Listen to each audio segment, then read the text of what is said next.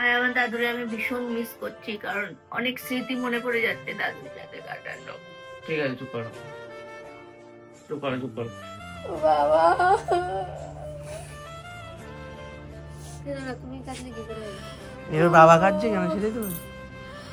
ও বাবা ভাবতে বলতে সাথে। তো গাইস, তোমরা হয়তো অনেকেই জেনে গেছো যে আমার দাদু আর আমাদের মাঝে নেই। আগের দিন রাতেই আমাদের দাদু আমাদের ছেড়ে চলে গেছিল। আর মেন কথা হলো আমার দাদু প্রচন্ড শরীর খারাপ ছিল, তার জন্যই আমি বাপের বাড়িতে গেছিলাম আমার দাদুকে দেখতে। আর সারাদিন আমি ব্লগটা বানাচ্ছিলাম। হ্যাঁ, মানে আমরা কিন্তু বুঝতে পারিনি যে ওই দিনই দাদু চলে যাবে। মানে দাদুর শরীর খারাপ বলে আমরা রিয়াদি বাড়ি থেকে এসে, রিয়াদির বিয়েতে গেছিলাম, তো ওখান থেকে এসে আর কি আমরা গেছিলাম দাদুকে দেখতে। তো সেখানে ব্লগ বানাচ্ছিলাম, দাদুর জন্য ফল টল মিষ্টি মিষ্টি নিয়ে গেছিলাম, তাই তো। হ্যাঁ, এবার ব্যাপারটা হচ্ছে ওই দিন যে এরকম পর্যায়ে চলে যাবে, ওই দিন দাদু, তোমরা ব্লগটা দেখলে বুঝতে পারবে, ব্লগে সবকিছু টোটাল আছে সকাল থেকে ব্লগ করা। মানে ওই দিন দাদু আমাদের সাথে কথা বলেছে, খাচ্ছে, নিজেরা খাইয়ে দিচ্ছে, সবকিছু। তো হঠাৎ করে যে রাত্রেবেলায় ওরকম ভাবে চলে যাবে বুঝতে পারিনি। মানে রাত্রেবেলা হঠাৎ করে একটা ছোটখাটো স্ট্রোক হয় ওর দাদুর, ওখানেই ছিলাম। আগামীকাল মারা গেছে দাদু। তো দাহ টাহ করে আমরা বাড়িতে চলে এসেছি আমাদের। ও আবার কালকে যাবে, তাই তো। যাই হোক, তোমরা ব্লগটা পুরোটা দেখো, তাহলে বুঝতে পারবে। বেশি কিছু বলতে পারছি না, যেমন প্রতিদিনের মতন ব্লগ হয় সেরকম ভাবে ব্লগটা স্টার্ট করা হয়েছে। আর আমার দাদুরে আমি ভীষণ মিস করছি, কারণ অনেক স্মৃতি মনে পড়ে যাচ্ছে দাদুর সাথে কাটানো। ঠিক আছে, চুপ করো চুপ করো চুপ করো। যাই হোক, এইগুলো ব্লগে দেখাতে পারছি না। এর আগেও অনেক কান্নাকাটি করেছে, ঠিক আছে। মানে প্রচুর কান্নাকাটি হয়েছে ওই বাড়িতে, এখনো অব্দি হচ্ছে, আর কিছু বলার নেই। তো ওকে তো ঠেকিয়ে ঠুকিয়ে, ও তো ওখানেই থাকবে, তাও ঠেকিয়ে ঠেকিয়ে নিয়ে এসছি। এখন ঠাম্মা আছে, ঠাম্মার পাশে থাকতে হবে, বাবা মার পাশে থাকতে হবে, এটাই হচ্ছে ব্যাপার। কানলে হবে না নিশু। যাই হোক, বাদ দাও, চলো ব্লগটা তোমরা দেখো, তাহলে অনেকটা বুঝতে পারবে। আর কিছু বলবো না। এই মুহূর্তে তোমরা যে ভিডিওটা দেখতে পারছো, প্রতিদিনের মতো ওই দিনও কিন্তু আমি আমার ব্লগটা স্টার্ট করেছিলাম। তখনও জানতাম না যে হঠাৎ করে সেই দিন দাদুকে একেবারের মতো হারাতে হবে। ঘুমটা কেমন হলো স্যার? বিশাল ঘুম হয়েছে আজকে, মানে 12টা বেজে গেছে, আমি টেরই পাইনি। এখন 12টা বাজতে যায় আর তোমাদের দাদা ভাই এখন ঘুমের থেকে উঠলো, তাহলে ভাবো। তাড়াতাড়ি নাও, ব্রাশ করে নাও, আমি ওদিকে তোমার টিফিনটা রেডি করছি। হ্যাঁ, তো সকালবেলা দেখো আমার বরের টিফিন হচ্ছে চা, আর এদিকে দেখো স্যালাড, টমেটো, শসা, দুটো করে ডিম সিদ্ধ, কারণ আমার বরটা দিন দিন শুকিয়ে যাচ্ছে, একটু হেলদি করতে হবে। তা তুমি কীর্তনে যাবে না? যাবো তো, কিন্তু দাদুর যা শরীর খারাপ, যেতে ইচ্ছা হচ্ছে না। না না, যাও, অসুবিধা নেই, মাটা তো বাড়িতে আছে, গিয়ে একটু ঘুরে আসো, পাশেই তো, অসুবিধা। ভালো লাগছে না, এদিকে কীর্তন, তারপর আবার দাদুর শরীর খারাপ, সবারই মন খারাপ।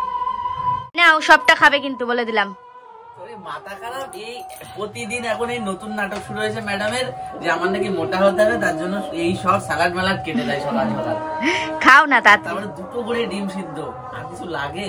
তাড়াতাড়ি সবটা যেন ফিনিশ করা চাই, বলে দিলাম। তাড়াতাড়ি খাও। আমি এই যে ম্যাগি আনলাম, আমি এই যে ম্যাগি খাবো। ঠিক আছে, ম্যাগিটা করো, ম্যাগিটা খাও। ডিম খেতে ইচ্ছা করছে না, কারণ আমার ডিমে অ্যালার্জি, ওর জন্য বেশি খাবো না, শুধু ম্যাগিটাই খাবো।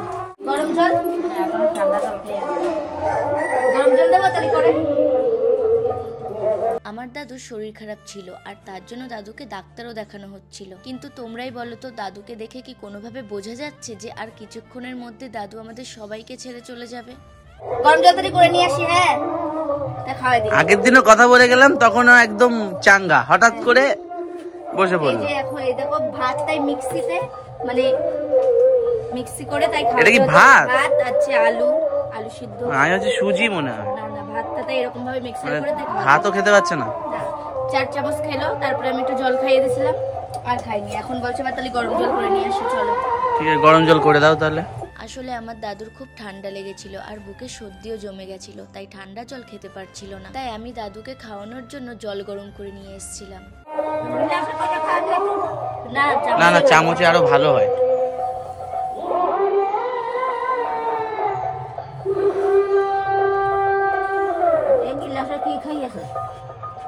জল, গ্লাসেও জল। বরের সেবা যত্ন করো। আমরাই তো দেখছি। আমি তো এতদিন করেছি, এখন তোমরা করো। আমার পিসিও দেখো কাঁদছে। এক পিসি বাংলাদেশে, আর এক পিসি বাড়ির কাছে বলে তাই দেখতে আসছে, আর একটা পিসি ভিডিও কল করেছিল, কাঁদছে পিসি। ঠিক হয়ে যাবে দাদু।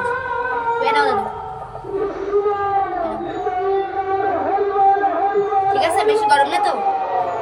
আমার দাদুর বয়স প্রায় 92 বছর হতে গেল। দাদুকে নিজের হাতে জল খাওয়াতে খাওয়াতে আমার ছোটবেলার কথা খুব মনে পড়ছিল। আমরা নাতি নাতনিরা কতই না খুনসুটি করেছি দাদুর সাথে, একটুও কথা শুনতাম না দাদুর। আমার আগে বলতো, দাদু বলতো যে দোকান থেকে সবকিছু নিয়ে যেতাম, খাবার টাবার, আর বলতো কি বলতো? বলতো যে যা অটো ধরে নিয়ে যা। এবার তো তুমি কান্না করবা।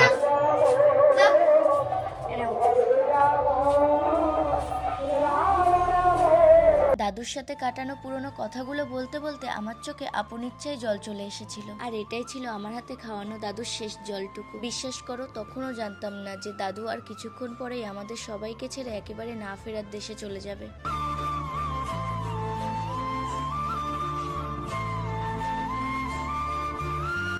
হ্যাঁ, এবার কাজ ঘরে বসে বসে দেখো, এদিকে এসে দেখো ঘরে বসে কেঁদেই যাচ্ছে। এবার তুই মানে এত নরম, তুই মানুষের ঠেকাতে আসবে কি, মানুষটা ঠেকাবে কি, নিজেই কান্না করছে গামছা দিয়ে।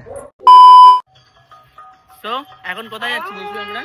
এখন যাচ্ছি দাদুর জন্য ফল কিনতে, কারণ কালকে রাতের বেলা এসে তো ফলের দোকান খোলা ছিল না, মিষ্টি এনেছিলাম। আর কালকে তো আমরা খুব তাড়াহুড়া করে চলে এসেছিলাম, বলো শরীর খারাপ শুনে। আর এখানে কীর্তন হচ্ছে গাইস, ঠিক আছে, একটু ম্যানেজ করে নিও। এখন ফল কিনতে যাচ্ছি, পিসি রস করে খাইয়ে দেবে। হ্যাঁ হ্যাঁ, এই বাজার তো কাছেই, শ্বশুর বাড়ি, কোনো সমস্যা নেই। এরপরে আমরা বাজারে চলে আসি আর দাদুর জন্য কিছু ফল কিনে নিচ্ছিলাম, কারণ দাদু ভাত টাত কিছুই খেতে পারছে না। আর আমার ভিডিওটাই বেশিরভাগ ভয়েস ওভার দিতে হচ্ছে, তার কারণ এই যে আমাদের বাজারে কীর্তন হচ্ছে। জিনিস খাবেন বন্ধুদের সাথে গেল। মা আসলো, কারণ সারাদিন তো তোমরা মাকে দেখতে পাওনি, কারণ এই রোদ্রের বেলায় ফুল ফুল ছিল। বাবা এখন হাঁটে। এই মানুষটারা 2 গ্লাস খাওয়া আখের রস, অবস্থা খুব খারাপ। খাও খাও খাও খাও। নেই গো, ঠিক আছে থাকো। খেয়ে কাজ হবে। কি বলছে দাদু? বলছে খেয়ে কাজ নেই। দাদু বলছে খেয়ে কাজ নেই। ও দাদু এরম বলে। খাও।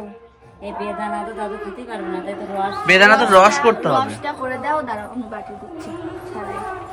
One eternity later. আসবো না করে এসে অষ্টম করে আসলাম, কিন্তু তাও এখন লেট হয়ে গেছে। এখন শুধু খেতে যাচ্ছি, মানে সারাটা দিন দৌড়াচ্ছি। চলো চলো, এখন 5টার সময় তোমার খেতে দেবে, যাও। তাদের তো মারে নিয়ে যাচ্ছি, যাতে মা খেতে দেয়। দেখো এখন মা দেওয়া দেওয়া করছে আমাদের। এখন কেউ নেই আমাদের ভাগ। টাকা বেশি জলদি। এটা কি শুক্তো? এটা শুক্তো। কেউ নেই, তাও শাশুড়িটা ছিল বলে তাই খাবার পেলাম আজকে, নালে শেষ ছিলাম। কেউ নেই, দেখো সবাই পুরোটা বলেছিল। বলো, একজন খাচ্ছে আর আমরা খাচ্ছি। চলো আজকে মেনু কি কি? আমার কি মা? ডাল, সয়াবিন আছে, আর কুমড়ো আছে, পায়েস আছে। ওরে বাবা, সয়াবিন আছে। ওরে বাবা, চলো খাওয়া দাওয়া করে নাও। চলো চলো খেয়ে নি, তারপরে রাতে দেখা হবে। হ্যাঁ, রাতে ভালোভাবে সুস্থভাবে কীর্তন দেখবো। হ্যাঁ, আমি খেয়ে দিয়ে প্রায় বাড়িই চলে যাচ্ছিলাম, তারপর দেখি আমার বাবা খেতে এসেছে। আসলে এদিকে কাজের চাপ আর অন্যদিকে দাদুর চিন্তায় বাবারও খাওয়া দাওয়া আর নেই, তাই আমি জোর করে নিজের হাতে বাবাকে ভাত, ডাল, তরকারি সবকিছুই পরিবেশন করছিলাম। খেয়ে কষ্ট হয়ে গেছে, টাইমে খেয়ে কষ্ট হয়ে গেছে গাইস। গর্বও যাচ্ছি হেঁটে হেঁটে। করবো, হেঁটে হেঁটে যাচ্ছি নাকি? ও টাইমে খেয়ে গাইস কষ্ট হয়ে গেছে, এখন গিয়ে রেস্ট নেবো। আর সন্ধ্যাবেলায় তোমাদের দিদিভাই সাজই দেখবে আলাদা। না না, সন্ধ্যাবেলা আমি সাজবো না, নর্মাল থাকবো, বুঝে না, শাড়ি পরবো না। না, তাই তিলক কাটবে না? হ্যাঁ, তিলকটা কাটবো। আসলে দাদুর এই শরীর খারাপের জন্য আমরা ওইদিকে বেশি যাইনি এখন। এখন দেখো বেলা হয়ে গেছে, তাই খেতে গেছি। হ্যাঁ, আর একটু পরে আবার বাবা মা আসবে। হ্যাঁ, এটা তো বলাই হয়নি। দাদুকে দেখতে আমার শ্বশুর শাশুড়ি আসবে। হ্যাঁ, কারণ দাদুর অবস্থা সত্যি খুব খারাপ, ওই জন্য বললো যে যাই একটু দেখে আসি।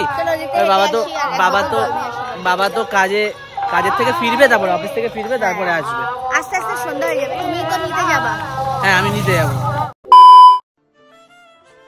এরপরে চলে আসলো আমাদের জীবনে সেই অভিশপ্ত সময়। ওই দিন সন্ধ্যা 7টায় দাদু আমাদের সবাইকে ছেড়ে চলে যায়। অনেক চেষ্টা করেও দাদুকে আর বাঁচাতে পারলাম না। আসলে সেই সময়টুকুই দাদু আর আমাদের দেয়নি। বাবা, তুমি কাটলে কি করে হবে? এবার বাবা কাটছে কেন, সেটাই তো। ও বাবা, ভাত দেবো তো গেছে। বাবা কাঁদতে বলে